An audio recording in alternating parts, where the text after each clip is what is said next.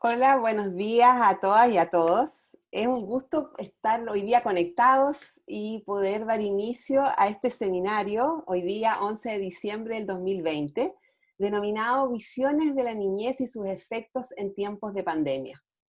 En esta jornada de hoy, esperamos compartir con ustedes reflexiones que tenemos hace tiempo, profesionales, académicos e interesados en temas de infancia y adolescencia, temas sobre los cuales se ha discutido, se ha investigado, sobre los cuales hemos avanzado y a momentos pensamos que estamos igual o incluso hay momentos en que pensamos que hemos retrocedido.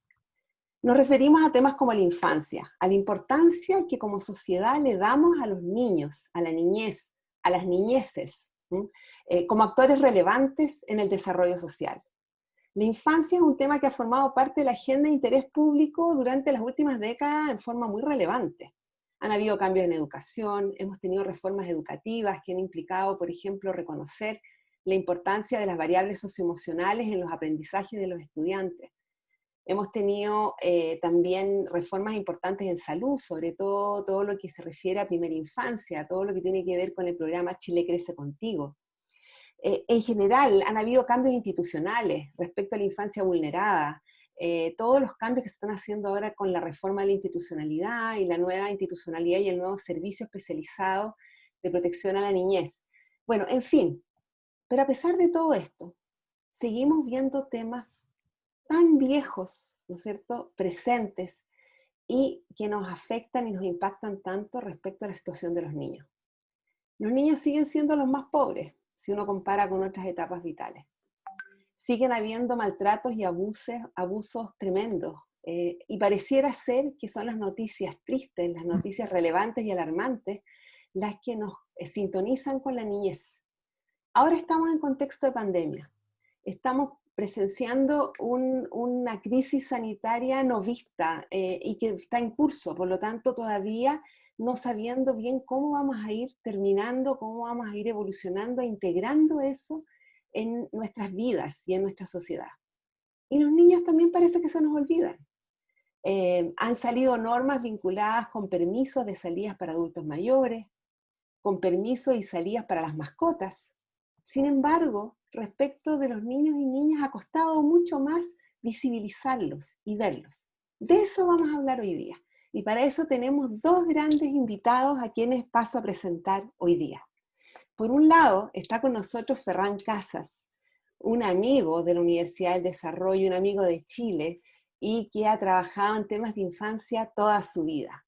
Profesor emérito de la Universidad de Girona, doctor en Psicología Social de la Universidad de Barcelona, coordinador del grupo ERIVIC, adscrita al Instituto de Investigaciones sobre Calidad de Vida de la Universidad de Girona en España, miembro del comité de la International Society of Quality of Life Studies y de la ISI, International Society for Child Indicators. Sus principales líneas de investigación están dedicadas al bienestar subjetivo y la calidad de vida de la infancia y la adolescencia, a los derechos de niños y niñas en general y en particular a los atendidos por sistemas de protección social. También nos acompaña hoy día Blanquita Honorato Lira. Ella es psicóloga de la Pontificia Universidad Católica de Chile y máster en Administración Pública de la Universidad de Nueva York. Se ha desempeñado en temáticas de infancia desde hace 10 años, con experiencia desde las organizaciones de la sociedad civil, desde el gobierno central, en los municipios y la academia. Actualmente es jefa de la División de Promoción y Prevención de la Subsecretaría de la Niñez del Ministerio de Desarrollo Social y Familia, donde se administran todos los programas de la subsecretaría como Chile Crece Contigo, las oficinas locales de la niñez y el equipo que lidera la creación y el diseño del nuevo Servicio Nacional de Protección especializado a la niñez y adolescencia. Bienvenidos ambos, Ferran y Blanquita, qué gusto tenerlos acá y tenerlos con esta participación tan amplia de personas que nos siguen hoy día en este seminario. Antes de partir y dar la partida y darle el espacio y la voz a Ferran, quien va a partir, quiero comentarles que ustedes pueden ir haciendo todas sus preguntas a través del chat que tenemos presente y que nos va a acompañar todo este seminario. Además, las presentaciones que verán hoy día también están siendo subidas en este momento a la página web de la universidad, donde también se va a ingresar y se va a integrar la grabación de este seminario, de tal manera que si hay alguien que por algún motivo no lo haya podido ver, va a tener también la oportunidad de poder presenciarlo. Así es que, sin más introducciones, dejo ahora con ustedes a Ferran Casas. Bien, buenas tardes, bueno, buenos días en Chile. Muchas gracias por esta oportunidad que me brinda la Universidad de Desarrollo de compartir con todos ustedes pues, reflexiones, preocupaciones que compartimos y particularmente muchas gracias a Loreto por haber hecho posible pues, este seminario internacional. Es un placer estar aquí con ustedes y voy a exponerles un poco, bueno, mi presentación será en dos partes. La primera parte un poco más larga, más conceptual, es para compartir reflexiones sobre las visiones de la niñez que hay y que existen en nuestras sociedades y en psicología social pues tenemos la costumbre de llamarlas representaciones sociales. Por tanto, voy a dedicar una buena parte de mi exposición a este tema y después al final, pues bueno, añadiré unas cuantas reflexiones sobre este periodo especial que nos ha tocado vivir, el enclaustramiento durante la época del COVID y simplemente les voy a facilitar algunas fuentes de información para ampliar conocimientos sobre lo último que se ha reflexionado y publicado sobre este tema y ya a continuación pues entiendo que Blanquita Honorato pues lo que va a hacer es aterrizar en Chile ya que pues bueno yo estaré en un poco en la distancia en cuanto a mi exposición porque mi exposición va a ser bastante más general. Bien, dicho esto, pues bueno, empezaría diciendo que las concepciones, las ideas que hemos tenido sobre la infancia no solo son distintas en cada sociedad, sino que han ido cambiando de forma importante en cada sociedad. Y yo hablaré a veces genéricamente sobre la cultura occidental, en el sentido de que, bueno, las visiones, las representaciones de la infancia en nuestra cultura son las que más se han divulgado, diseminado, incluso a veces impuesto a lo largo de la geografía de todo el planeta. A lo largo del siglo XX ya hubo muchos cambios en la reflexión sobre qué es la infancia, cuáles son sus necesidades, cuáles son sus problemas sociales. Yo voy a poner énfasis en el adjetivo social porque a mí me parece muy importante que reflexionemos, debatamos sobre qué problemas y necesidades de la infancia los consideramos sociales, en el sentido que apelan a responsabilidades colectivas en nuestras sociedades. Por tanto, digamos, la sociedad ha de dar respuesta a los problemas que afectan a sus componentes, a sus miembros, a sus ciudadanos.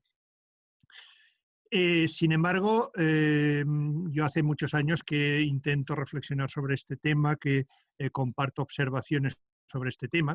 Yo aquí en España hace muchos años que vengo observando que, por ejemplo, cuando en una conversación entre personas de distintas procedencias, incluso colegas de la universidad, pues hablamos de mis niños, nuestros niños, todo el mundo piensa en los niños de su propia familia, es decir, en sus hijos, sus nietos, sus sobrinos.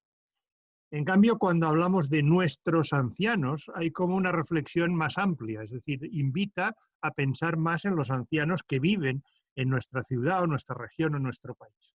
Esto ya es una observación curiosa, porque es algo que nos sucede de una forma pues, más o menos automática. Es decir, pensar en la infancia nos remite a los niños y niñas de nuestra familia. En cambio, en otros colectivos pues nos parece que nos inviten a pensar de una forma más amplia. ¿Y por qué pasa esto? Pues parece que en la cultura occidental hay un sentimiento poco arraigado de que la infancia es una responsabilidad colectiva. Más bien, lo que está arraigado es que la infancia es una responsabilidad familiar. Pero el que sea una responsabilidad colectiva, evidentemente, no quita que sea también una responsabilidad familiar. Pero no pensamos automáticamente en la infancia como responsabilidad colectiva. Bien, a lo largo del siglo XX se nos invita a pensar sobre que la infancia es nuestro futuro. social, evidentemente.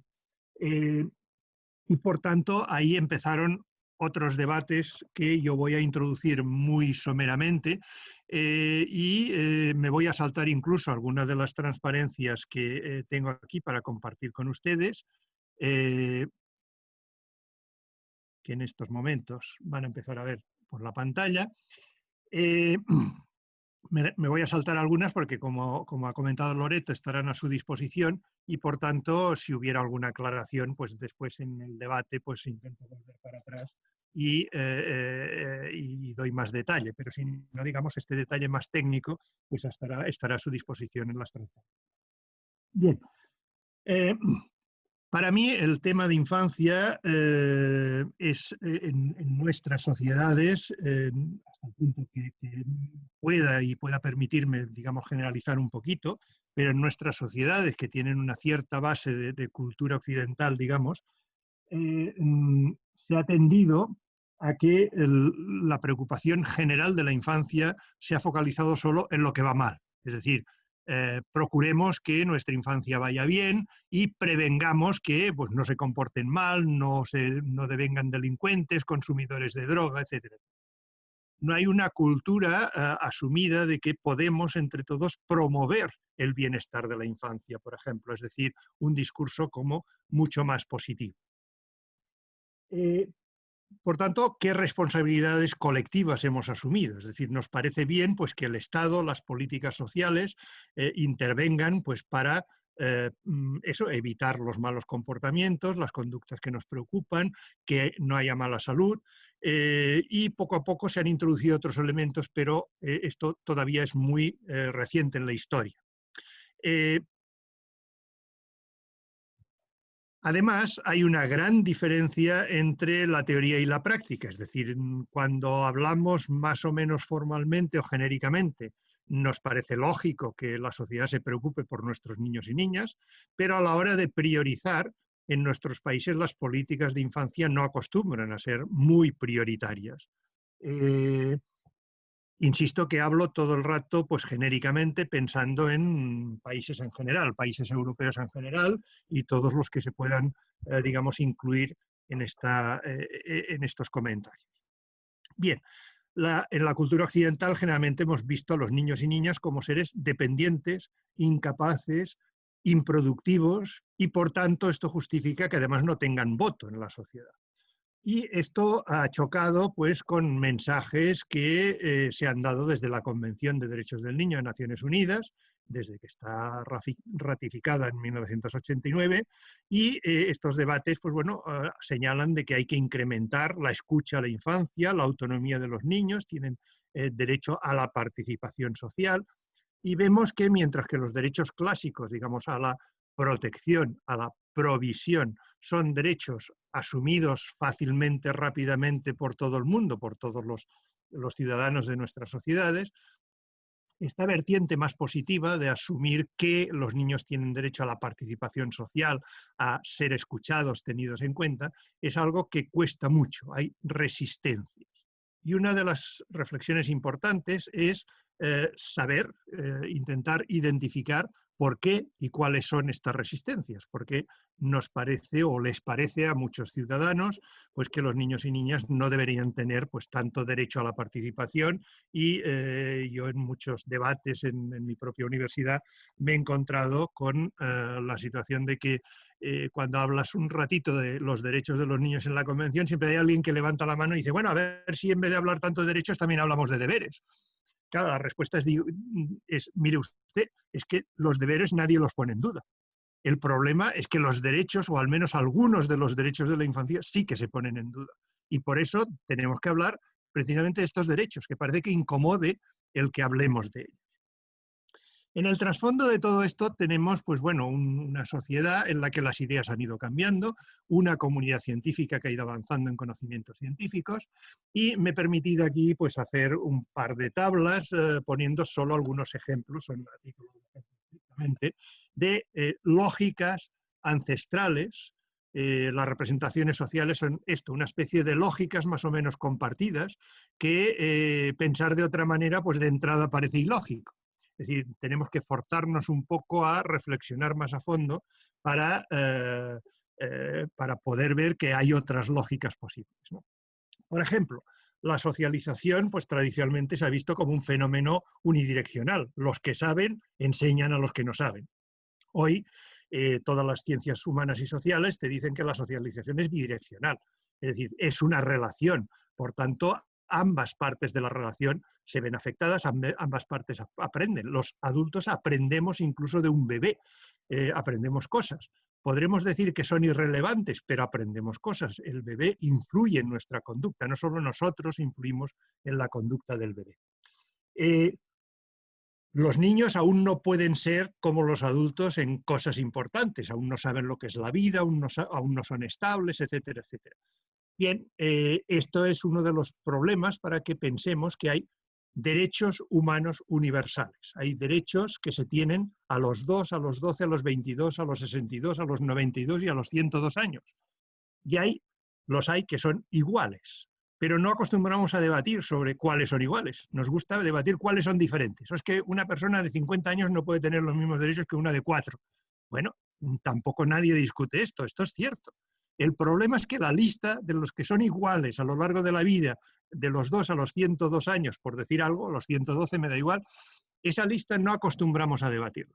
Y es una lista muy larga, y está en la Convención de Derechos del Niño, pero hay algo en nuestra sociedad, en nuestras maneras de pensar, en nuestras lógicas sociales, por tanto, en nuestras representaciones sociales de la infancia, que hace que pensemos que no puede ser que haya derechos que los tengamos todos iguales. Bien, el tema es que los hay, insisto, debemos leer con más detalle la Convención de Derechos de los Niños del Niño y veremos que esto es además sumamente razonable. Si es razonable, ¿por qué no resistimos o por qué muchas personas se resisten? La cuestión de este tipo de encuentros, seminario internacional u otro tipo de encuentros de este tipo, es que generalmente reúne a las personas que ya estamos convencidas de estas cosas. Por tanto, no voy a convencerles a ustedes de lo que ya están convencidos. El problema generalmente está en los que no participan en estas sesiones. Hay he puesto aquí otros ejemplos. Los niños son agentes poco productivos para la sociedad. Esta ha sido una creencia tradicional. Hoy en día hay grandes organismos internacionales que ponen en duda esto y están hablando de que hay que invertir más, hay que pensar más, hay que contribuir más al capital humano y al capital social, porque los niños son agentes activos, agentes sociales activos de nuestras sociedades. Los valores humanos por excelencia se alcanzan a la adultez. Esto es una manera de pensar tradicional. Otra manera posible de pensar es que los valores más apreciados o aspirados pueden ser distintos para cada generación, para cada grupo social, sin que ello implique rangos de superioridad entre ellos. Y simplemente son distintos, igual que son distintos en culturas distintas a lo largo y ancho del planeta. Todo esto para llevar un poco a la exposición central de esta parte teórica que les estoy exponiendo, que es que hay representaciones, y podemos estudiar representaciones de grupos de personas. Infancia es un grupo de personas en nuestras sociedades. Hay representaciones acerca de que son problemas o necesidades sociales de estas personas, y hay representaciones acerca de ¿cómo se pueden solucionar estos problemas? ¿Qué hay que hacer? ¿Qué políticas hay que desarrollar? ¿Qué intervenciones sociales hay que desarrollar? Bien, esto nos vale también para el mundo de la infancia. Tenemos representaciones sociales de qué es la infancia, representaciones sociales de las necesidades y problemas sociales de la infancia y de las formas de afrontar las necesidades y problemas sociales de la infancia en cada una de nuestras sociedades. Solo hay que mirarlas a fondo para tomar conciencia de qué es lo que pasa. La infancia, a veces pensamos que es un absoluto, está clarísimo que es la infancia, todos sabemos lo que es la infancia, es algo universal, en todo el planeta hay infancia. Bien, pues a la que empezamos a discutir hilando fino, pues vemos que ni siquiera en psicología nos ponemos de acuerdo en qué intervalo de edad es la infancia, pero para sociología, para los sociólogos, la infancia no es un intervalo de edad, es un conjunto de población. Para muchas ciencias humanas y sociales, incluso las ciencias de la salud, la infancia es un estado de desarrollo y por tanto que no puede ser exactamente delimitado en la misma edad para todos los sujetos. Y finalmente, la infancia también es una representación colectiva, es decir, una lógica de entender quiénes son, cómo funcionan, qué necesitan, todo una serie de miembros de nuestras sociedades que entran dentro de esta categoría. Por tanto, de hecho, es una categoría que creamos y que no se entiende de forma igual en cada sociedad de nuestro planeta, ni siquiera hoy en día. Por eso, una definición curiosa de infancia es que la infancia es lo que cada sociedad en un momento histórico dado concibe y decide qué es la infancia. Y nuestras ideas de qué es la infancia, pues bueno, se van creando, se van configurando en las relaciones intrafamiliares, con las actitudes y debates que hay en la población, entre la población adulta de cada sociedad, y también, y sobre todo hoy en día, por lo que se habla en los medios de comunicación social acerca de la infancia. Por tanto, la propia socialización de los niños y niñas tiene que ver con estos tres distintos niveles sistémicos, y lo estoy simplificando, y ellos mismos van construyendo una idea de qué son en nuestras sociedades debido a este contexto psicosocial, nuestras representaciones sociales sobre ellos y ellas, que les van diciendo qué son.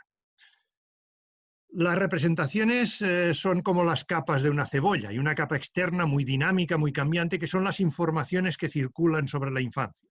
Las ciencias humanas y sociales, incluso las ciencias médicas, pues van introduciendo en los debates públicos pues, elementos de qué es un niño, qué puede hacer, qué no puede hacer en este momento del desarrollo de esa edad, cuáles son sus características, etc.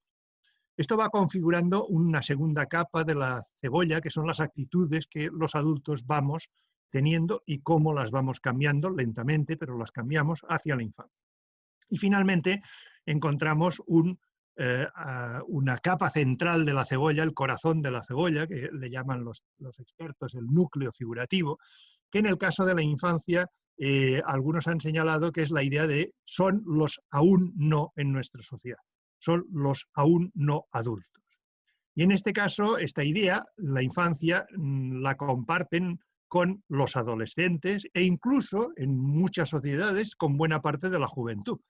Hay esta famosa frase tan repetida por todas partes que es ¿a dónde iremos a parar con esta juventud de hoy en día que está perdiendo todos los valores? Seguro que ustedes la han oído en alguna ocasión.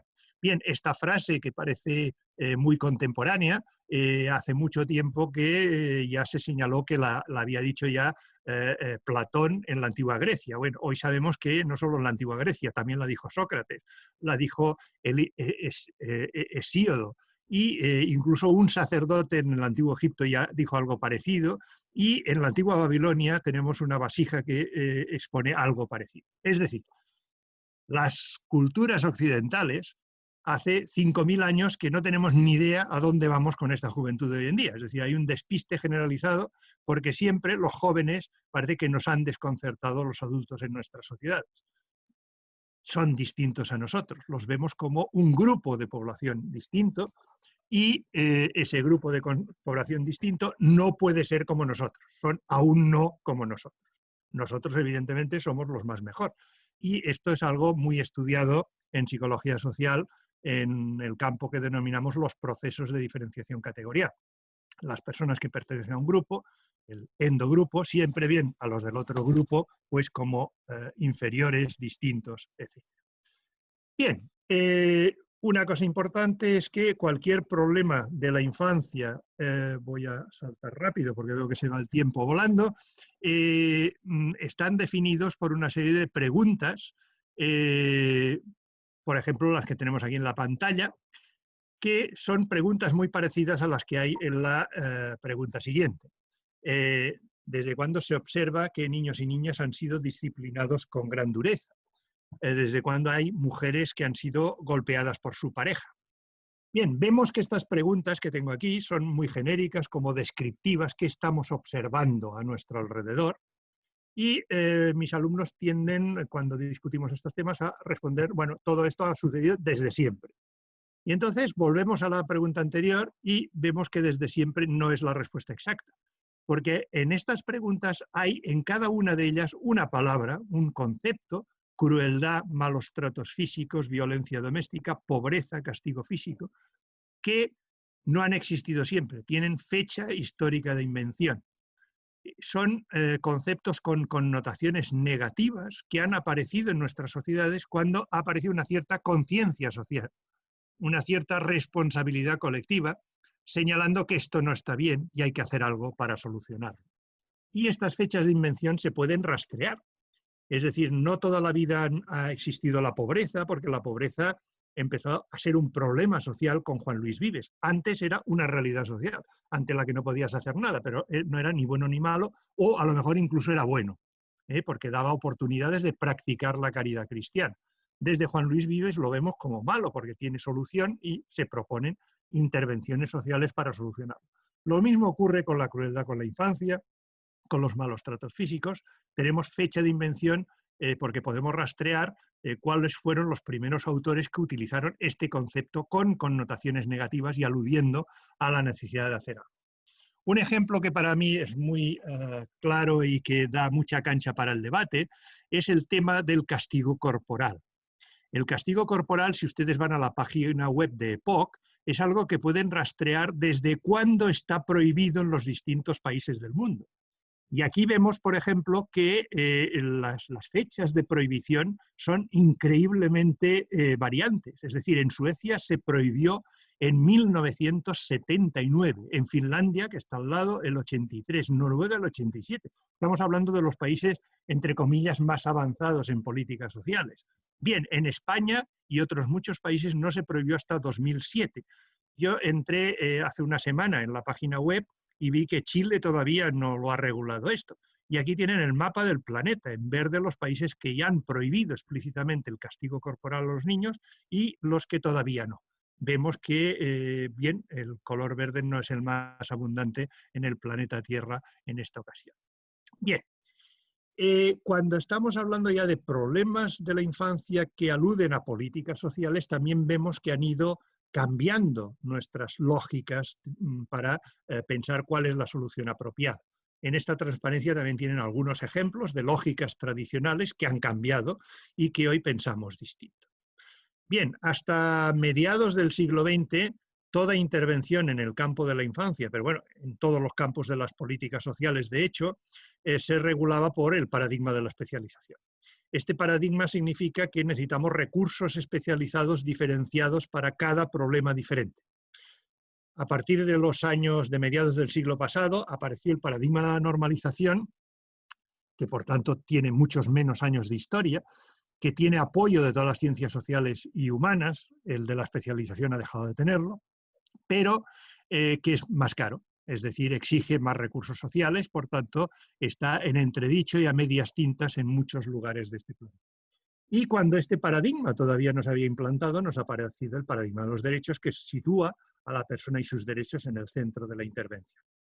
Por tanto, estamos en un momento histórico cambiante en todos los países del planeta y cambiante desde el punto de vista político, pero también profesional, académico, y hemos de buscar estas nuevas vías para atender los problemas sociales, incluidos los de la infancia, de una forma más basada en el paradigma de los derechos. Como se hace muy tarde, voy a pasar directamente a... aquí he puesto un poco de bibliografía para quien quiera profundizar y voy a pasar a unas reflexiones sobre la infancia en tiempos del COVID. Bien, evidentemente las representaciones sociales que compartimos en cada sociedad pues siguen siendo las mismas sobre la infancia. Simplemente lo que tenemos que analizar es qué ha pasado con el COVID teniendo en cuenta lo que hacemos los adultos. Hemos observado cambios en la vida cotidiana de los niños y niñas. Su movilidad se ha restringido durante mucho tiempo al espacio privado familiar, al menos en muchos países, no en todos. En algunos países han seguido habiendo escuelas abiertas, en otros no. Pero los espacios y entornos lúdicos fuera del hogar también han quedado seriamente restringidos en la mayoría de países, particularmente su actividad física y deportiva, que para algunos niños y niñas es algo muy importante. Los contactos presenciales con los amigos y amigas, que para muchos niños y niñas es muy, muy importante. Por tanto, las relaciones interpersonales han dejado de ser presenciales, con el correspondiente impacto en el bienestar subjetivo, pérdida de contacto presencial directo con amigos y amigas. Las relaciones familiares, pues bueno, habrá de todo. Habrá familias en que han sido excelentes y otras que no. Va a depender de los estilos educativos y relacionales. Si hay adultos estresados, pues seguramente los niños habrán sufrido más de lo habitual. Si hay un entorno violento o un entorno con otro tipo de problemas, marginal, deprimido, con problemas de salud física o mental, pues esto habrá impactado más de lo habitual a los niños y niñas. Una cosa que a veces no pensamos es que, porque muchos de nosotros ya nuestra vida cotidiana está invadida por este instrumental audiovisual telemático, es decir, nos conectamos online por el móvil, por el computador, de todas formas, y nos olvidamos de que hay muchos hogares en que los niños no pueden hacer esto en casa, porque no hay conexión en casa. El otro día estuve, hace exactamente 10 días, en una conferencia de la OCDE, y la última recogida de datos que ha hecho la OCDE es que durante el COVID el 20% de los hogares de los países miembros de la OCDE no tenían conexión a Internet. El 20%. Es decir, no pudieron desgranar cuántos de este 20% de hogares había niños, pero podemos imaginar que más bien serían una mayoría, ya que generalmente los hogares con menos repartición de los ingresos son aquellos precisamente en que hay niños y niñas. Bien, es una cifra muy importante y, por tanto, uno de los retos es cómo conseguir que las familias que no tienen acceso a Internet en su hogar para sus niños y niñas puedan tener el acceso y, evidentemente, el equipamiento y recursos para mantener esta conexión. Podríamos concretar que la invisibilidad social de la infancia se ha exacerbado durante el COVID. Lo ha comentado Loreto. En muchos países, en España también, han aparecido antes leyes regulando o normas regulando la presencia de los perros con sus dueños por las calles antes que la presencia de los niños por las calles. Y la diferencia ha sido pues como de 2 meses prácticamente. Claro, los problemas de la infancia no son públicos, no son sociales, son privados, ¿no? Seguimos pensando esto y se sigue pensando esto desde muchos espacios de nuestra sociedad. El hecho de no ir a la escuela se ha vivido de una forma muy desigual. Algunos niños y niñas incluso lo han vivido como unas pequeñas vacaciones y han estado contentísimos de no ir a la escuela, y otros lo han vivido como un desastre. Incluso lo han vivido como una separación injusta de sus amigos, y además no han podido continuar sus aprendizajes online. Bien, hoy ha habido, bueno, enseguida hubo muchos investigadores en todo el mundo que empezaron a intentar recoger datos de niños y niñas, pero claro, es imposible recoger muestras representativas de población infantil con las escuelas cerradas. Por tanto, ha habido mucho ingenio buscando formas de recoger estos datos. A mí una de las cosas más ingeniosas me ha parecido, pues bueno, el buscar redes de padres y madres para que dieran el consentimiento de conectar a los niños por WhatsApp y que ofrecerles que pudieran responder cuestionarios vía teléfonos celulares. Y, bueno, en algunos países se han conseguido muestras bastante interesantes y se ha podido, por así decirlo, pues bueno, compartir de una forma un poco más pública cuáles han sido las ansiedades, angustias, preocupaciones, disatisfacciones de niños y niñas en este periodo. En la mayoría de países del mundo lo que hemos visto es una disminución importante. Es decir, todas estas restricciones efectivamente han limitado sus vidas. Bien, como fuentes de información, para repasarlo muy rápidamente, UNICEF ha publicado muchas cosas. Esta sería la página web de UNICEF España, pero igual no hay que saltar a España. No he encontrado nada de UNICEF Chile, pero igual hay cosas. Reconozco mis limitaciones. He encontrado de UNICEF Argentina. He encontrado también una base de fuentes de información sobre el COVID en el Observatorio de la Junta de Andalucía de España, donde hay almacenados muchos documentos COVID, por tanto ahí podrían leer y profundizar muchos de ustedes. Hablo de material científico y no científico, creo que hay un poco de todo. El Centro de Estudios Internacional de UNICEF, que es el centro de Florencia, el UNICEF Innocenti, pues también ha empezado a publicar cosas, incluidas pues rápidas respuestas que se han dado desde la investigación para recoger datos. Finalmente, hay algunas páginas web que facilitan incluso apoyo a las personas, como es esta que viene a continuación, esta guía para padres y cuidadores para ayudar a las familias y enfrentar la enfermedad. La anterior es una revista española, Revista Sociedad de Infancias, que ya ha publicado una sección con, creo que son 24 artículos sobre el tema del COVID, que incluyen artículos de Chile y de Latinoamérica. Bien, Pues esto es todo para generar un debate. Gracias, perdonen que me he extendido un poco más de la cuenta y aquí paro mi intervención y abierto pues, a las preguntas que ahora voy a intentar leer, que ya debe haber unas cuantas. Adelante, Loreto. Muchas gracias, Ferran, por tu interesante exposición y presentación que nos animas a todos a hacerte. Tienes varias preguntas que las podrás ir viendo mientras le damos el paso luego a Blanquita en esta interesante presentación que tú nos hablas de infancia, infancias, niñez, niñeces, como estamos diciendo nosotros por acá, cómo se construyen los problemas. Y ahora pasamos a escuchar a Blanquita Honorato, que nos está esperando. Luego de eso, y les aprovechamos de decir al resto, vayan haciendo sus preguntas a través del chat, de tal manera que después va a haber un espacio para responderlas. Todas las dos presentaciones están subidas ya en la página de la Universidad del Desarrollo, así es que ahí pueden ver con más detalle todas estas interesantes páginas, además web, que nos acaba de compartir Ferran. Blanquita, bienvenida. Hola, muchas gracias por la invitación.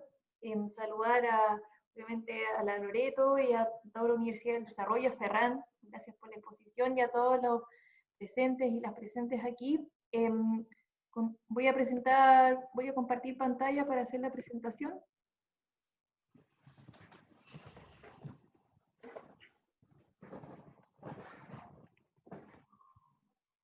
Bueno, tal como contó Loreto al inicio, yo vengo y también un poco lo que decía Ferran, un poco a ver cómo se aplica esta mirada, ¿verdad?, en la nueva institucionalidad para la niñez y adolescencia que se está trabajando actualmente.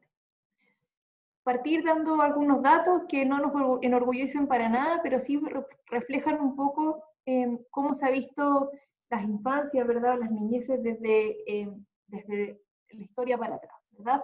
Actualmente nosotros, desde Chile Crece Contigo, tenemos 400.674 niños con alertas, ¿ya? De los cuales un 27% tienen más de 4 alertas simultáneas. Uno de cada 4 niños, son 25% de los niños entre 0 y 8 años viven en situación de pobreza, y eso es un 50% mayor de prevalencia entre niños, niñas, adolescentes que pertenecen a una etnia.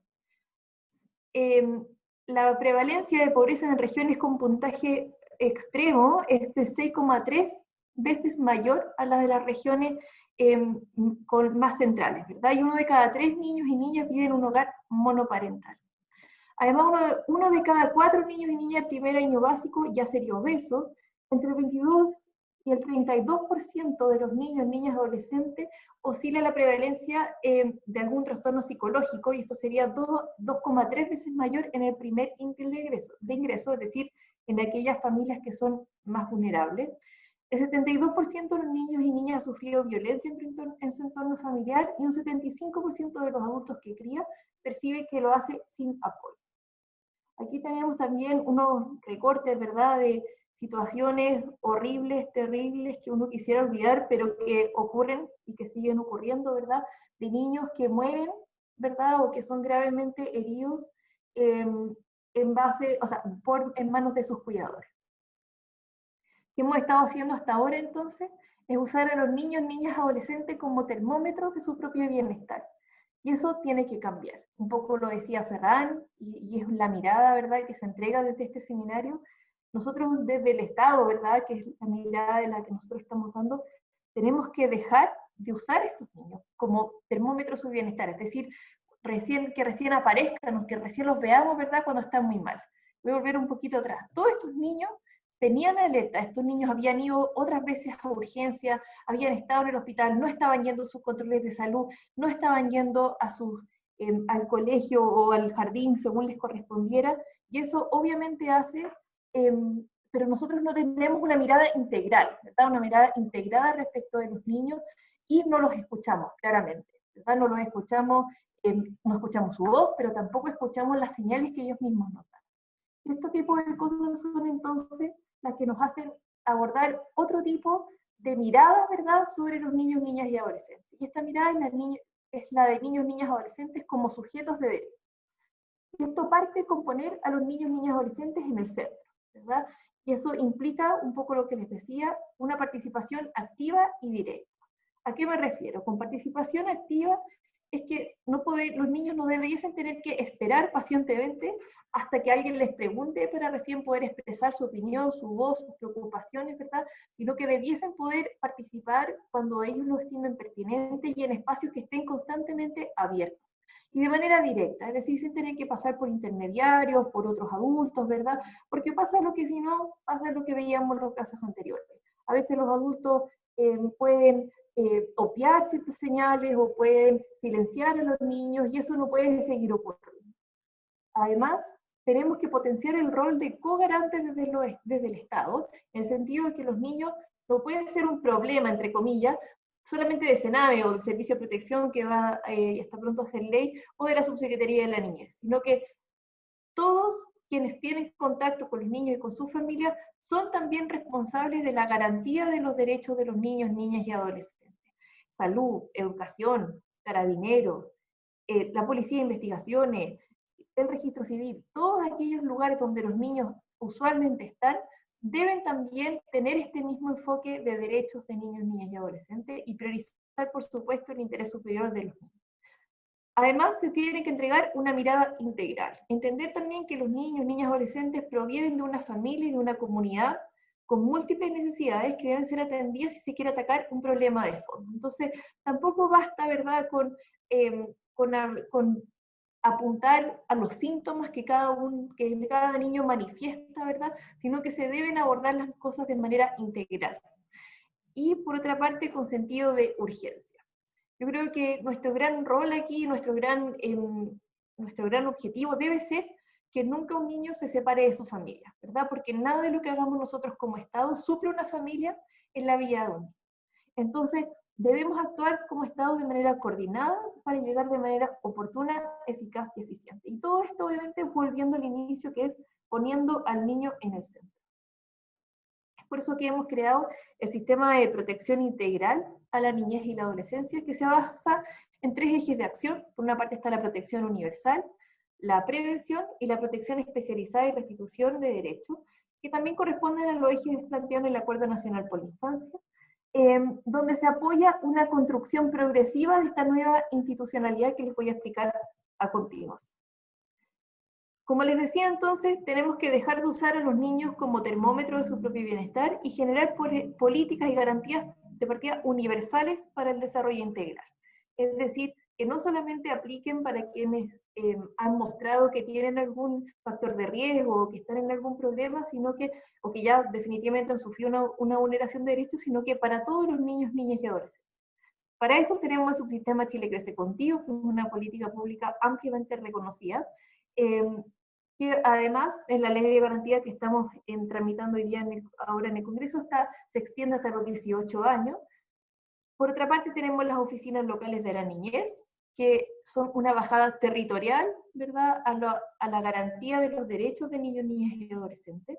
Desde ahí entonces se aborda la promoción y la participación. Y aquí la participación, como les decía, tiene que ser abierta, tiene que ser directa, tiene que ser activa también, y por supuesto tiene que partir por niños, niñas y adolescentes, pero también por las familias, por la comunidad, por la sociedad civil en general que trabaja con la infancia. Nosotros desde el Estado en general hemos sido bastante sordos a lo que ocurre en los territorios, bastante ciegos también.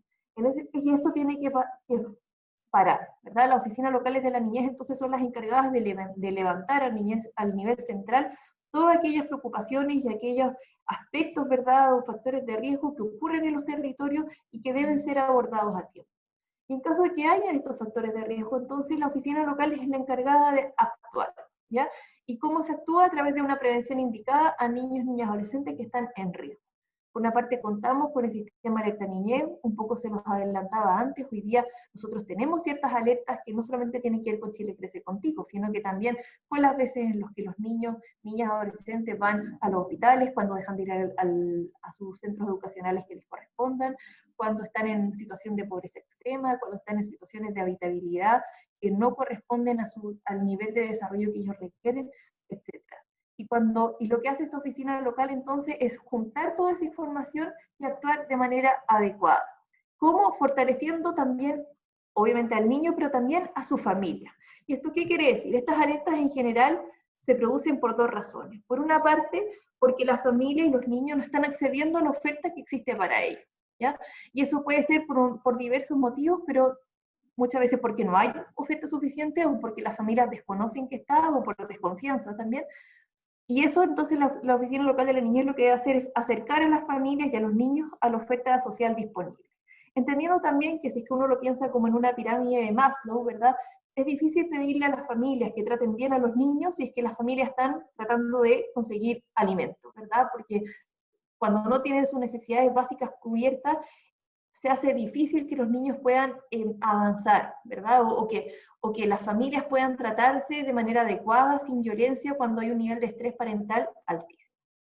Sin embargo, también existen veces en las que hay dinámicas familiares que tampoco son adecuadas. Y eso tiene que ver con temas intergeneracionales, ¿verdad? Que al final son familias que vienen de historiales de vulneración de derechos y que muchas veces no tienen otro tipo de herramientas para relacionarse, cosa que tiene que obviamente irse modificando de manera adecuada. Y por otra parte tiene que ver también con temas de apego, de vinculación, de relaciones en general, muchas veces que pueden ser un poco diferentes a lo que se quisiera, ¿verdad? Y eso genera riesgos para el desarrollo integral de niños, niñas y adolescentes.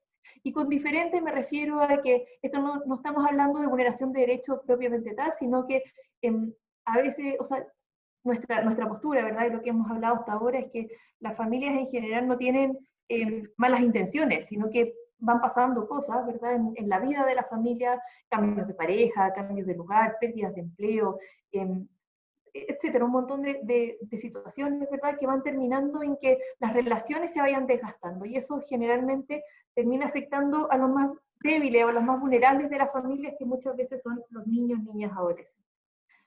Por otra parte, entonces, como les contaba, está la gestión de casos, que tiene que ver con esta mirada integral, es decir, yo acompaño a la familia en la derivación a las distintas ofertas, pero no es simplemente una derivación, el niño necesita un jardín y lo mando, sino que efectivamente me doy cuenta de que vaya un jardín acorde a sus necesidades y que ese jardín, en este caso, le sirva a sus propias necesidades a ese niño, ¿ya? Entonces, no es solamente derivar por derivar y ahí ver lo que pasó, sino que asegurarse de que el niño, que la familia está accediendo a esa oferta de manera adecuada y por otra parte que esa oferta le esté sirviendo. Y por otra parte, generar espacios de oferta preferente para aquellas familias que son más vulnerables. Y como les contaba anteriormente, también el CENAME se está acabando, ¿verdad? Desde la Subsecretaría de Niñez nos vamos a traer la parte de protección y adopción, hoy día de CENAME, en el nuevo servicio de protección especializada de la niñez y la adolescencia, que tiene por una parte un diagnóstico clínico especializado que va a ser unificado para todos los niños, y por supuesto programas de reparación, tanto ambulatorio como cuidado alternativo. Para ir un poquito más en detalle, el Chile Crece Contigo, ¿verdad? Tiene prestaciones universales indicadas y diferenciadas, ¿verdad? Las que son universales son para los territorios donde viven los niños, niñas y sus familias, ¿verdad? Y ahí tenemos un fondo concursable de iniciativas para la infancia, un programa de fortalecimiento municipal y el programa educativo donde nosotros promovemos un montón de cosas, de materiales, ¿verdad? De consejos, etcétera, no solamente para niños, niñas y adolescentes, que por supuesto sirve, pero también para sus cuidadores, entendiendo también que es responsabilidad de los cuidadores, ¿verdad? Sobre todo estos niños cuando son más pequeños, que los niños puedan ejercer sus derechos de manera adecuada. Y por otra parte tenemos el teléfono Foninfancia, donde pueden llamar niños, y desde ahí nosotros debemos recoger de mejor manera la voz de los niños, y por otra parte también pueden llamar cuidadores en general para resolver ciertos temas de crianza y por supuesto ser derivados a la oferta que corresponda. Además tenemos oferta para niños en el sistema público de salud, tenemos también oferta preferente para niños y niñas en condiciones de vulnerabilidad, como garantía de sala cuna, visitas domiciliarias, subsidio familiar, etc. Y por último, para niños y niñas que asisten a escuelas públicas. Entonces, en ese sentido, y como les decía, esto hoy día está hasta los 9 años, pero una vez que la ley de garantía sea ley, esto se va a ampliar hasta los 18 años, por supuesto con oferta pertinente a las distintas edades, ¿verdad? En las distintas etapas del desarrollo en las que se encuentren los niños, niñas, adolescentes, pero por supuesto siempre esta lógica de promoción, de acompañamiento y de fortalecimiento de aquellas potencialidades que permitan el desarrollo integral de niños. Las oficinas locales de la niñez ya les he adelantado un poco, pero lo que tienen, así más en detalle, está la promoción, que permite orientar a niños, niñas, adolescentes y sus familias en el ejercicio de sus derechos. Y aquí no solamente las familias, sino que también los cuidadores, las comunidades en general, ya entendiendo también que hoy día las comunidades tienen un rol importante, especialmente, ¿verdad? Entendiendo que los papás hoy tenemos, no sé, 3 semanas de vacaciones a veces, o tenemos traslados largos de la casa al trabajo. Bueno, este año los niños ni siquiera han estado yendo a la escuela, y en ese sentido la comunidad toma un rol importante en el cuidado y en la crianza de niños, niñas y adolescentes. Por otra parte, tenemos el fortalecimiento e impulsar la participación de niños, niñas, adolescentes, la familia y la sociedad civil en general. Y aquí no basta con los consejos consultivos que muchas veces existen y que por supuesto son una buena política, sino como les contaba, es levantar activamente la voz de los niños en todas las materias, no solamente en las que les ingieren, o sea, las que tienen directa injerencia en su vida, sino que también en todas aquellas que les interesan. Por otra parte, tenemos el rol de detectar oportunamente los riesgos de vulneraciones de derechos a través del sistema de alerta niñez y dar una respuesta a esa alerta, obviamente, a través de un programa de intervención familiar. Ya entendiendo también que estos riesgos de vulneración muchas veces no tienen que ver necesariamente con temas de los niños, ¿verdad? No es que los niños, no sé, muchas veces es que este niño es porfiado, por eso le pego, no sé, da lo mismo. Y en ese sentido, entender también que es el rol de los adultos respetar los derechos de los niños, niñas y adolescentes, y eso un poco lo decía también Ferran en su exposición, ¿verdad? Hay mucho, cuando uno empieza a hablar de los derechos, al tiro, ¿sabes? Surgen, que nos dicen, bueno, pero ¿qué pasa con los deberes? Y está bien, pero los derechos no pueden ser minimizados o no pueden ser subdivididos, es que este derecho le corresponde un poquito a este niño, sino que todos los adultos debemos entender que los derechos son de todos los niños, para todos los niños, y son completos, ¿verdad? Que no se pueden subdividir. Además está la derivación a niños, niñas, adolescentes y sus familias a fin de que puedan acceder a la oferta necesaria, la coordinación intersectorial, que hoy día está bastante desagregada en los territorios, el levantamiento de necesidades del territorio, como ya les contaba, hoy día no tenemos un ojo en los territorios con enfoque de derechos, ¿verdad? Que nos permita ver qué es lo que falta realmente para que los niños, niñas y adolescentes se puedan desarrollar de manera adecuada. Realizar un seguimiento y monitoreo de niños, niñas y adolescentes, y no solamente de los niños que están en el territorio, ¿verdad?, de la oficina local de la niñez, sino que también de quienes egresan del servicio de protección especializada, entendiendo también que hoy día se interviene, ¿verdad?, y luego los niños se los deja ahí a la deriva una vez que egresan de Sename, ¿verdad?, y eso no puede seguir ocurriendo, ya que efectivamente tenemos que seguir pudiendo escucharlos de manera activa, aunque ya no estén dentro del servicio. Y el servicio tiene bastantes cambios. El principal cambio es que el niño, niña, adolescente está en el centro. Y todo lo que se hace es para reparar el daño causado por vulneraciones de derechos y restituir los derechos vulnerados, ¿ya? Y en ese sentido, entonces, la participación es un enfoque transversal para todo el servicio, ¿ya? No solamente en caso de que se les quiera preguntar algo o se les pida la opinión puntual, sino que cada programa de servicio está obligado por ley a tener mecanismos de participación abierta, directa y activa en todo momento, de manera de que podamos escuchar la voz de estos niños, que muchas veces no tienen un adulto, ¿verdad? O no tienen una otra persona responsable que los pueda ayudar a canalizar su voz de manera adecuada. En ese sentido hay varios cambios, siempre obviamente poniendo el bienestar del niño, niña y adolescente en el centro, que tiene que ver con mayor supervisión y fiscalización, entendiendo también que una vulneración de derechos de niños, niñas y adolescentes en contexto de servicio es inaceptable y no puede volver a ocurrir. Mayores exigencias al personal en esta misma línea. Mayor presupuesto, por supuesto, para ampliar la oferta y para mejorar la calidad también de la oferta que entregamos. Un enfoque familiar en el sentido que les contaba antes, de que entender que la vinculación familiar tiene que ser un foco importante, entendiendo que un niño, niña, adolescente no puede vivir o sea, el Estado nunca puede reemplazar a la familia en la vida de un niño, y en ese sentido entonces debemos hacer todo lo que esté en nuestras manos por fortalecer esa familia. Y aquí me refiero a familia en el sentido más amplio, no necesariamente la familia nuclear, sino que adultos, ¿verdad?, que puedan estar a cargo, que le entreguen amor, que le entreguen cariño, que se preocupen por niños, niñas, adolescentes. Mejoras en la oferta programática, por supuesto, y nuevas líneas de acción, como les contaba, de participación directa, programas para niños, niñas, adolescentes que están en conflicto con la ley, pero que por su edad, ¿verdad?, no son imputables, pero que sí tienen las mismas complejidades en términos de consumo de drogas y alcohol, en términos de patologías de salud mental, preparación para la vida independiente y obviamente programas basados en evidencia y mayor descentralización, entendiendo también que los niños, niñas y adolescentes viven en el territorio, ¿verdad?, en lo local, y sus familias también. Y en ese sentido nosotros desde el nivel central debemos dejar de pensar que de aquí sabemos todo, que vemos todo, sino que tenemos que recoger de mejor manera lo que ocurre en los diferentes territorios. Y por eso este servicio debe ser descentralizado de modo a poder llegar más cerca a la realidad cultural, territorial y geográfica del lugar donde se implementan los programas y donde finalmente viven los niños. Muchas gracias. Muchas gracias, Blanquita, por tu presentación. Nos has puesto al día, además, en lo que se está pensando justamente para poder abordar este tema del que estamos hablando, ¿no es cierto?, a la base, que es esta invisibilización de los niños y todos los desafíos que tenemos como país en Chile y en el resto del mundo, como lo hemos escuchado aquí también con Ferran. Han habido muchas preguntas, variadas preguntas para los dos.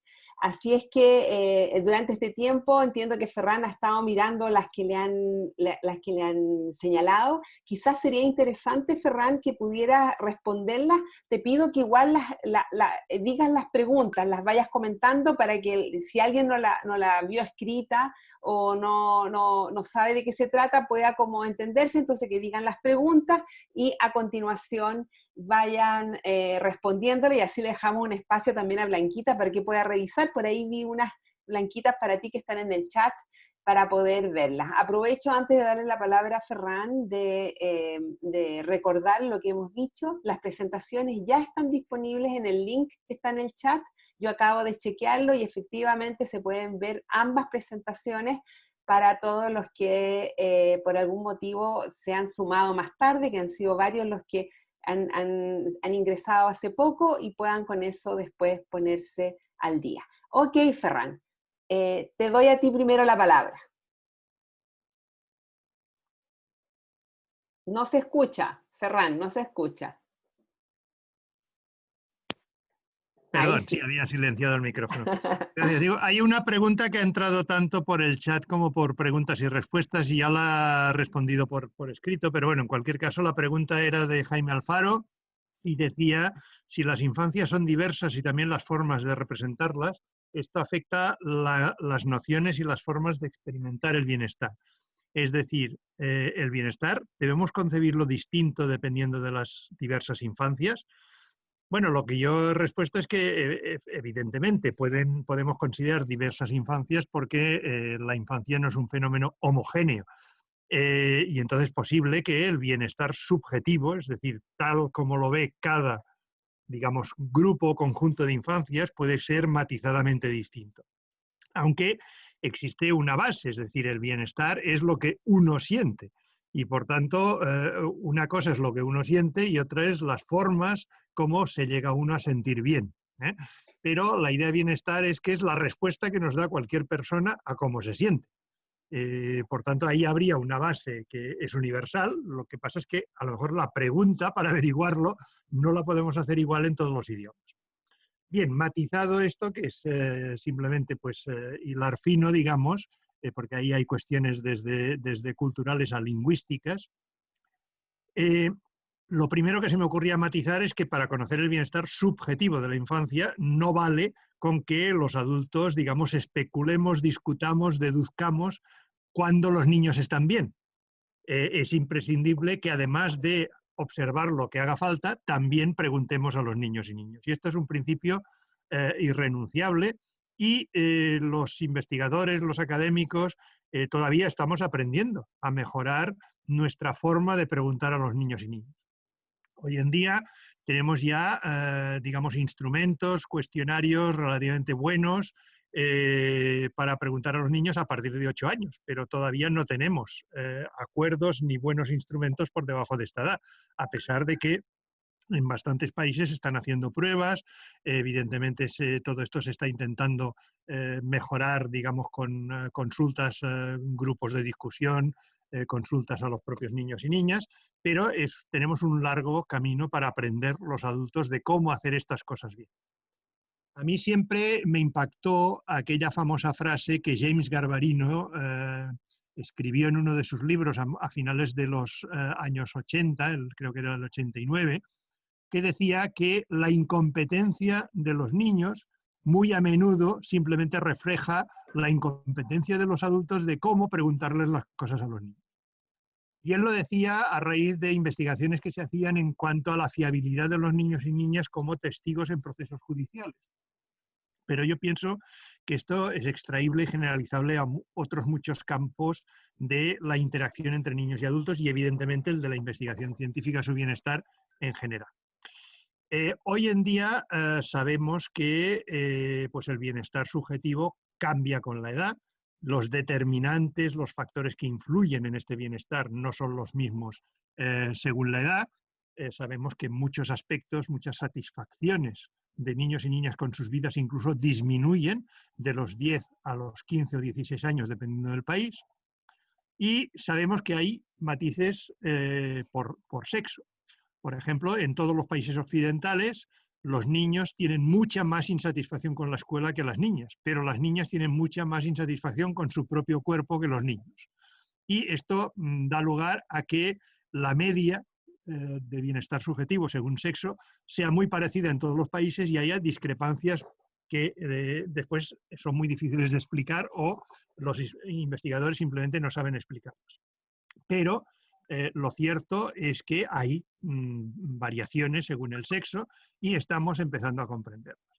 También sabemos, por ejemplo, pues, ¿no? En el mismo Chile, pues hay distintas variables que influyen en el bienestar subjetivo dependiendo de los pueblos originarios. Es decir, niños y niñas de distintos pueblos originales tienen en cuenta distintos elementos para decidir si se sienten bien con sus vidas.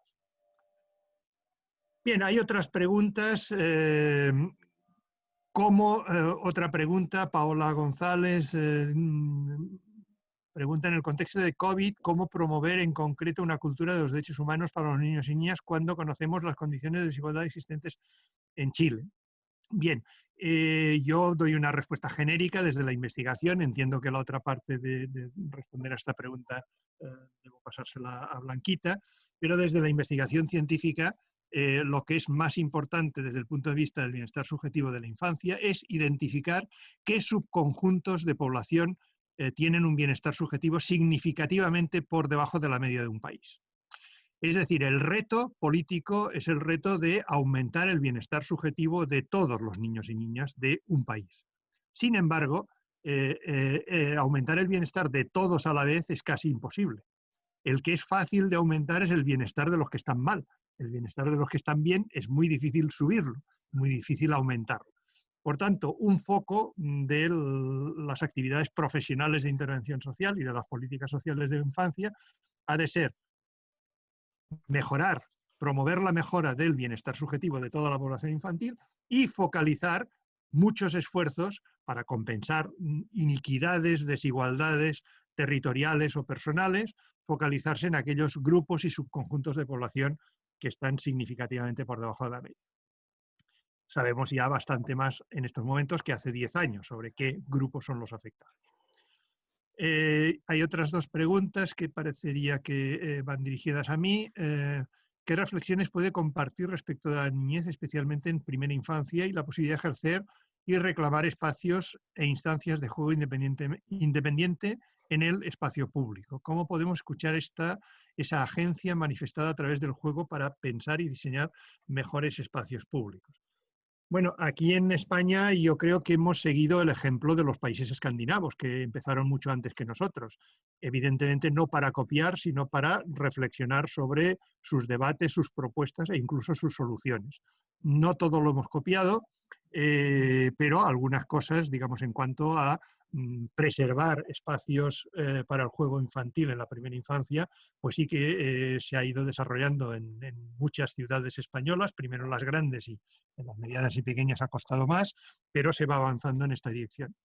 Claro, lo primero que hubo que preservar los espacios de juego infantil fue de los perros, es decir, de los animales de compañía sueltos que ensucian los espacios que ocupan los niños e incluso pueden poner en peligro su salud. A partir de aquí, pues bueno, hay que disciplinar, digamos, también hay que sugerir al resto de adultos que cuiden estos espacios, que los hagan suyos, que los protejan, que no los ensucien, etcétera, etcétera. Y después hay que rellenarlos, digamos, de materiales apropiados, adecuados para estas edades, seguros, etcétera. A partir del momento en que van creciendo los niños, ya en varios lugares en el mundo, en Europa yo conozco algunos ejemplos, se ha ido a preguntar a los niños, se ha planteado que debemos preguntar a los niños y niñas de cada barrio qué espacios de juego les faltan. Y ahí yo recuerdo que hace, bueno, pues al menos ya debe hacer 15 años, que estuve en un congreso europeo en Londres, en donde bueno, hay una asociación internacional que se llama Asociación Internacional por el Derecho de los Niños a Jugar. Y ahí, en ese congreso, se explicaron en una misma sesión dos experiencias que se habían desarrollado independientemente, no se conocían los unos a los otros, una en una ciudad próxima a Manchester y otra en una ciudad holandesa. Y allí habían decidido antes, los respectivos ayuntamientos, antes de crear un nuevo espacio de juego para los niños, ir y preguntar a los niños qué querían en este espacio. Y además reunieron a los niños del barrio y les enseñaron los catálogos de fantásticos toboganes, columpios y otros artefactos de juego, además de creación danesa, por tanto punteros, bonitos, seguros, etc. Y los niños y niñas, para sorpresa de todo el mundo, dijeron, no queremos esto. Solo queremos unas montañas de arena y un poco de agua. Y claro, los municipios dijeron, anda, nos va a salir más barato de lo que pensábamos. Y hicieron la prueba de tirar para adelante, pues bueno, crear unos espacios de juego donde solo había montañas de arena y agua. Y al cabo de pocos días, ambos ayuntamientos empezaron a tener quejas de las madres de estos niños porque ahora los niños volvían a casa mucho más sucios que antes. Y se generó un debate social a partir de todo esto. Es decir, cuando preguntamos a los niños y niñas, pues corremos riesgo de que los adultos no estén contentos con sus respuestas. Un poco aludiendo a todo lo que he explicado antes. Por tanto, el cómo se logran estas cosas, pues bueno, es un largo proceso de debate social, de cambio de actitudes de los adultos, que en algunas ocasiones lo conseguiremos y en otras no. Había otra pregunta todavía que no he respondido. ¿Cómo los paradigmas se expresan en la institucionalidad del Estado, en las políticas públicas? Ferran, podemos ir también intercambiando. Entonces sí, ahora le puedo dejar el si no espacio a parece que solo hablo Blanquita. yo, claro. No, para que así tú también vayas viendo, porque mientras vas respondiendo van surgiendo otras preguntas, te vas a ir dando cuenta. Claro. Así es que, Blanquita, te dejamos a ti para que puedas responder. Tienes una variedad enorme de preguntas, Blanquita, como has visto, desde si hay ofertas de deporte, hasta qué pasa con los niños vulnerados, qué va a pasar con la supervisión del nuevo servicio, etcétera. Así es que ahí te dejo el espacio para que puedas ir respondiendo las que hayas podido leer. Muchas gracias, Loreto. Sí, efectivamente hay muchas preguntas, pero voy a partir de lo más general a lo más específico. Hay una pregunta que un poco la contestó Ferran con qué pasa con las condiciones de vulnerabilidad, ¿verdad?, de las familias hoy día en Chile y cómo se espera entonces el desarrollo integral de niños, niñas y adolescentes si no se abordan ese tipo de temas. Efectivamente es un poco lo que nosotros hacemos al incorporar a la familia como sujeto de atención, porque hoy día lo que estamos haciendo es ver al niño individualmente. Entonces, por ejemplo, le decíamos a la familia que tiene que trabajar, ¿verdad?, que tiene que cambiarse de casa, que tiene que cumplir un montón de requisitos para que le devolvamos al niño, por ejemplo, y si es que no lo logra, no adhiere, ¿verdad? Y es un sistema que ha sido en general bastante castigador con las familias. En esa línea entonces es que nosotros debemos avanzar hacia un sistema que permita abordar esas.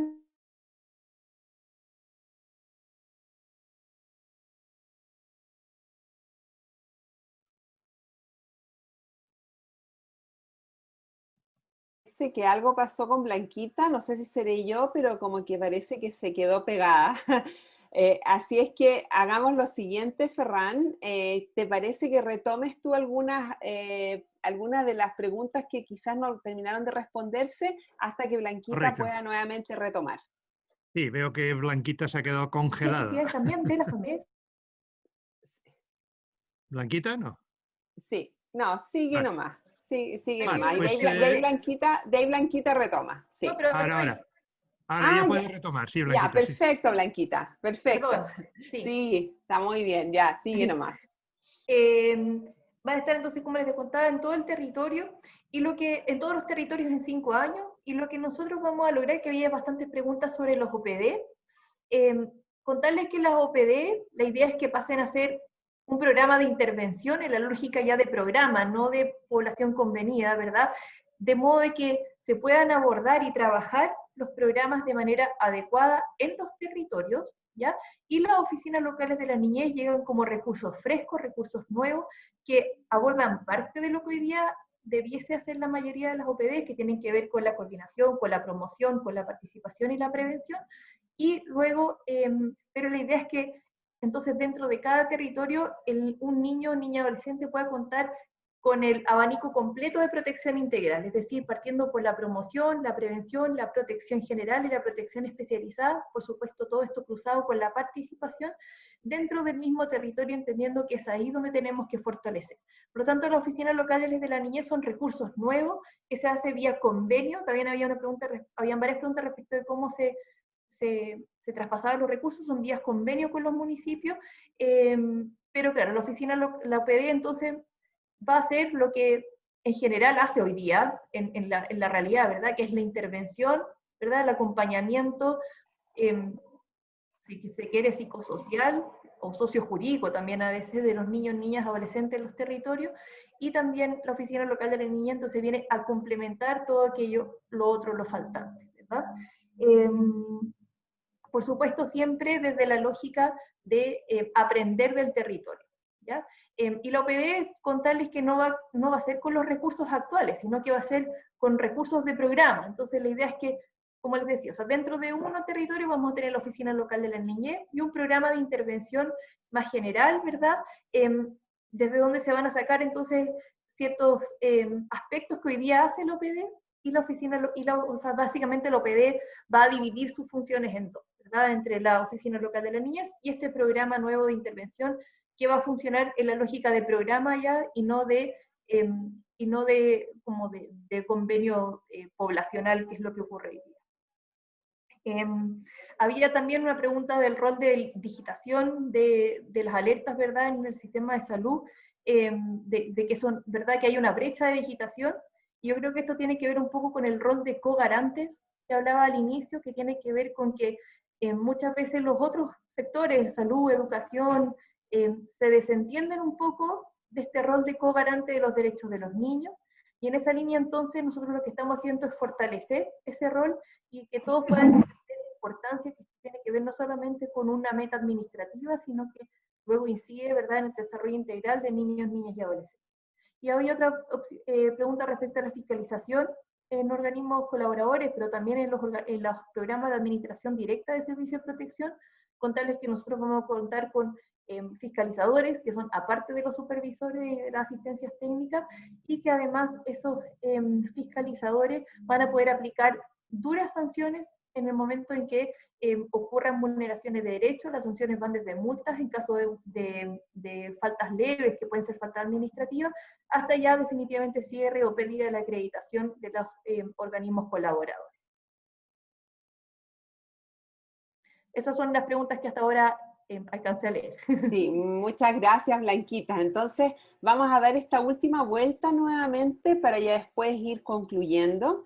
Entonces, en esta última vuelta le voy a dar la palabra a Ferran para que pueda concluir con algunas de las preguntas que no pudo responder y algún comentario general, Ferran, que quieras hacer respecto del tema, respecto del seminario y en general de tanto desafío común que tenemos vinculados con la niñez y también con esta pandemia que nos ha afectado tanto a todos.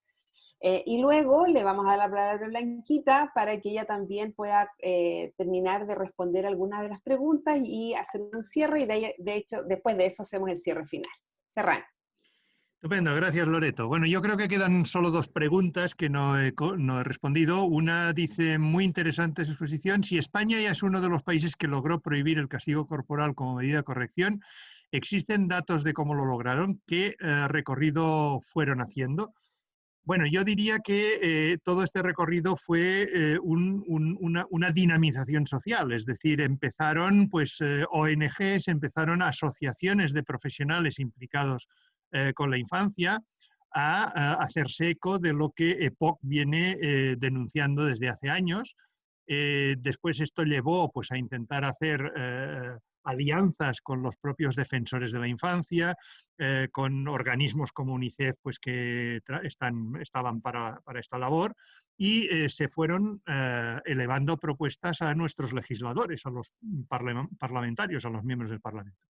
Y llegó un momento pues, bueno, que los medios de comunicación conseguimos que también se hicieran eco de esto, con ejemplos. Ya sabemos que los medios de comunicación a veces son un arma de doble filo, porque a veces te sacan solo el morbo de la noticia, pero bueno, se consiguió que entrara un proyecto de ley al Parlamento y se aprobara. Por tanto, la idea es que esto no va a aparecer por arte de magia, sino que los cambios ante problemas sociales que se van no solo, en este caso, identificando, sino van creciendo en cuanto a sensibilidad colectiva, pues se logran con una alianza de todos, o con una alianza o al menos con una colaboración en la misma dirección de todos los agentes sociales implicados.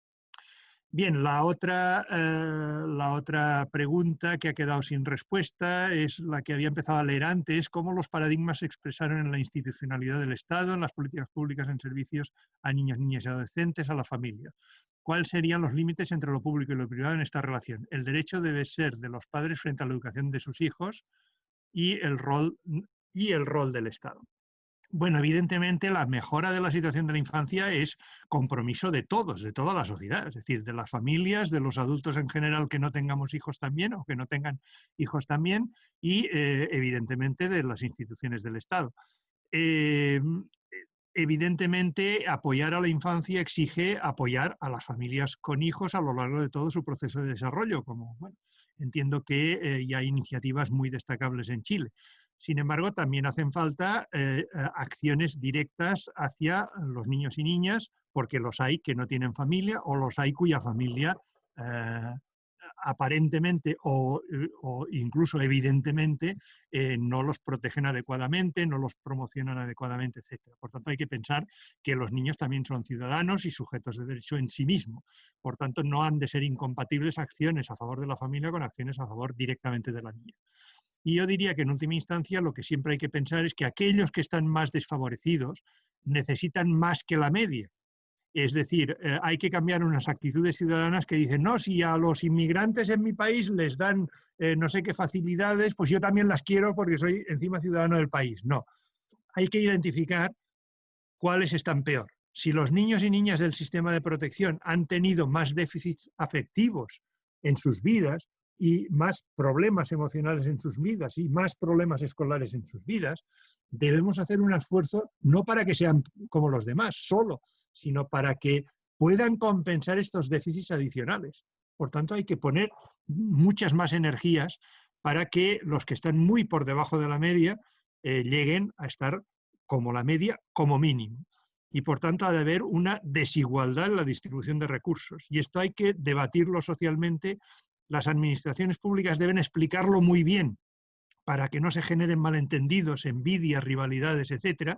Y estos son principios básicos de derecho social. Y en relación, pues bueno, a este seminario internacional, pues estoy muy contento de haber podido participar. Gracias por esta oportunidad. Y yo diría que lo importante es que si estamos de acuerdo en algunas de estas ideas, pues miremos de diseminarlas más allá del círculo de este club de personas sensibles. Yo a veces hablo del club de los 10.000, porque parecemos muchos y no somos tantos, ¿no? Este club de personas sensibles a los temas de infancia y a sus necesidades y a su bienestar, pues deberíamos ampliarlo. Ampliarlo y nuestros mensajes deberían llegar más allá y, por tanto, estar pendientes de las redes sociales, de los medios de comunicación social. Si en algún tema no estamos de acuerdo, pues debemos seguir debatiendo y para estas cuestiones, pues bueno, estos espacios como este y cuantos más se creen mejor, pues siempre son bienvenidos. Muchísimas gracias a la Universidad de Desarrollo y a ti personalmente, Loreto, por esta oportunidad. Gracias, Ferran. Siempre es un gusto tenerte aquí. Ahora queremos terminar escuchando también a Blanquita para que responda algunas preguntas que quizás quedaron sin responder y para que también nos diga unas palabras para ir terminando. Muchas gracias, Loreto. Yo creo que me quedaron dos tipos de preguntas, unas que tienen que ver con cómo va a ser la oferta de servicio de protección especializada. Contarles entonces que la oferta tal como la conocemos hoy día, ¿verdad? Con toda la cantidad de programas que tenemos, no va a seguir existiendo de la misma manera, en el sentido de que efectivamente va a haber programas de intervención de baja complejidad o más general, ¿verdad? Que los llamamos nosotros multimodales, es decir, que abordan distintas complejidades dentro de la vida de niños, niñas y adolescentes vulnerados en sus derechos, pero que tienen que ver con una técnica más de equipos que se reúnen alrededor de un niño y sus particularidades, ¿verdad? Y lo mismo ocurre en el nivel de alta complejidad. En alta complejidad a veces es más fácil explicarlo. Por ejemplo, un niño en situación de calle, muchas veces su única problemática no tiene que ver con su situación de calle solamente, ¿verdad? Sino que muchas veces además ha sido víctima de abuso sexual o de violencia en su casa, ha sido víctima de explotación sexual comercial, muchas veces consume. Entonces, en ese sentido, aquí la idea es no mandar al niño a tocar 5 puertas y que tiene 5 problemáticas, sino que haya un programa que se haga cargo de todas aquellas complejidades, ¿verdad?, que inciden en un niño. Lo mismo en la baja complejidad, ¿verdad? Entonces, a veces nosotros pensamos que el niño que es víctima de violencia es su único problema, pero de repente uno ve y a la base hay otros temas que tienen que ver a veces con negligencia o con otro tipo de vulnerabilidades, ¿verdad?, dentro de la familia, y la idea es entonces que dentro de cada territorio existe este programa multimodal que va a tomar un poco hoy día lo que es OPD, PPF, PIE, PIB, PPC, los que quedan, etc.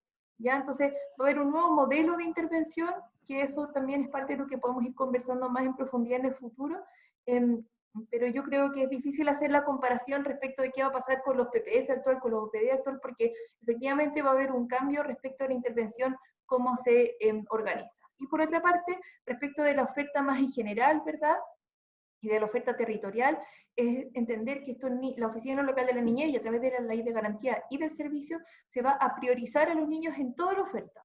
Había un ejemplo de deportes, pero también en otro tipo de oferta, ¿verdad? Y no solamente en la social, sino que también toda aquella oferta que propenda a su desarrollo integral. Y ese es el rol de la Oficina Local de la Niñez en cada territorio, y el rol, obviamente, de la Subsecretaría de la Niñez como ente rector de todo este sistema. Y para finalizar, agradecer, yo creo que como sociedad tenemos todavía un enorme desafío por delante, un gran camino que recorrer de cómo nosotros efectivamente ponemos a los niños, niñas, adolescentes en el centro, los consideramos como sujetos de derecho y no como beneficiarios, ¿verdad?, de la intervención de otros, y en ese sentido, cómo les damos el espacio que les corresponde en la sociedad y obviamente la decisión de políticas públicas. Creo que este tipo de instancias como la que han organizado hoy nos ayudan a avanzar en eso, a reflexionar, a poder intercambiar miradas respecto de cómo seguir avanzando, así que agradezco enormemente la invitación, felicito la iniciativa y espero que podamos seguir encontrándonos y conversando sobre estos temas. Muchísimas gracias. Muchas gracias, Blanquita, a ti también por la presentación. Yo quiero decir que en realidad, como dice Ferran muy bien, acá seremos 10.000 millones, no sabemos cuánto, pero los que estamos trabajando en infancia, los que nos interesa el tema de la niñez y la infancia, nos vamos encontrando a cada rato. Y en ese sentido, agradecer la posibilidad de poder compartir no solamente nuestra realidad chilena, sino que en este caso también poder traer a la mano experiencias de otros países que nos pueden iluminar también, no solo el diseño de políticas públicas, que es un tema central para todos nosotros, sino que también lo que tiene que ver con líneas de investigación, con la academia y este diálogo necesario que tiene que haber entre academia y gestión. Así es que aprovecho de agradecer a Carla Lavado, además, que nos ha estado ayudando para que sea posible este tipo de seminarios, particularmente a Ferran y a Blanquita. Ferran, que desde Cataluña se ha conectado con nosotros, ya es tarde para ti, Ferran, muchas gracias por esta comunicación. Blanquita, que ha dado tiempo dentro de su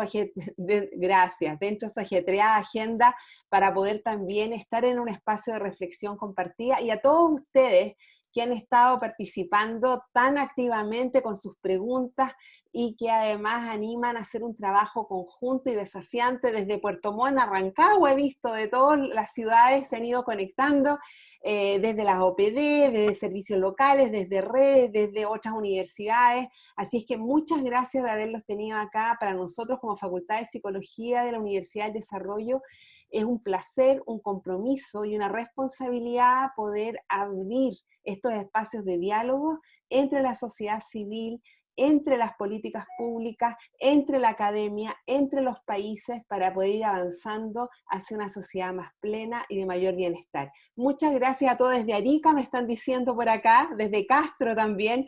Muchas gracias por haberse conectado y seguiremos invitándolos como ahora a otros momentos de encuentro.